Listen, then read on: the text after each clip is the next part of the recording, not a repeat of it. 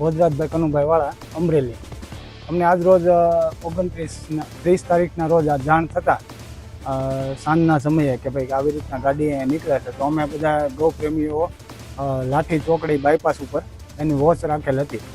તો અમને જાણતા હતા ગાડી ડ્રાઈવર ત્યાંથી નીકળતા એમને ફૂલ સ્પીડમાં ગાડી આગળ લગાવી દીધી હતી અને અમે બધાએ ગૌપ્રેમીઓ છે ત્યાં ગાડી ઊભી રખાવી હતી. ત્યારબાદ અમે ડ્રાઈવરને પૂછતા કે ભાઈ આ ગાડીમાં શું છે, તો ડ્રાઈવરે કીધું ખાલી છે. પણ ત્યારબાદ અમને તપાસ કરતાં એવું જાણવા મળ્યું અંદરથી કે ભાઈ એમને કે ભેંસો ભરેલી હતી, મૂંગા પશુઓ હતા અને 11 ભેંસો જેવું હતું.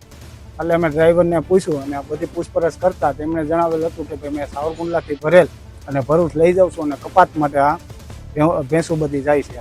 એવી રીતની જાણ થઈ. ત્યારબાદ અમે તંત્રને જાણ કરેલી.